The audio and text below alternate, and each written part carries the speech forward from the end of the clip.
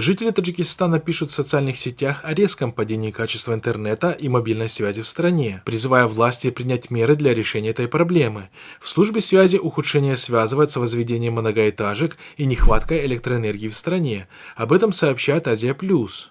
Качество связи и интернета, как я сказал, стало немного хуже. Жалоб очень много. Они поступают со всех регионов страны. Много факторов на это влияет. Нехватка электроэнергии, отсутствие дизельных генераторов и другие, заявил в понедельник заместитель главы службы связи Таджикистана Илхом Атоев на пресс-конференции своего ведомства. Отметим, что в обновленном рейтинге Speedtest Global Index Таджикистан по скорости мобильного интернета среди 138 стран занял 135-е. Скорость скачивания мобильного интернета в Таджикистане указывается в 7,57 мегабит в секунду, а загрузки 4,7 мегабита в секунду. Ниже Таджикистана в рейтинге по скорости мобильного интернета расположились Венесуэла, Палестина и Афганистан.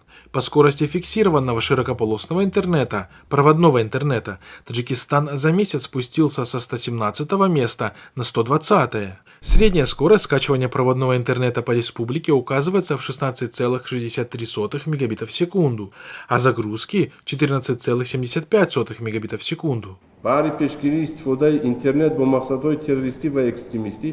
Напомним, что режим в Таджикистане уже не первый год проводит целенаправленную политику ухудшения и удорожания мобильного интернета.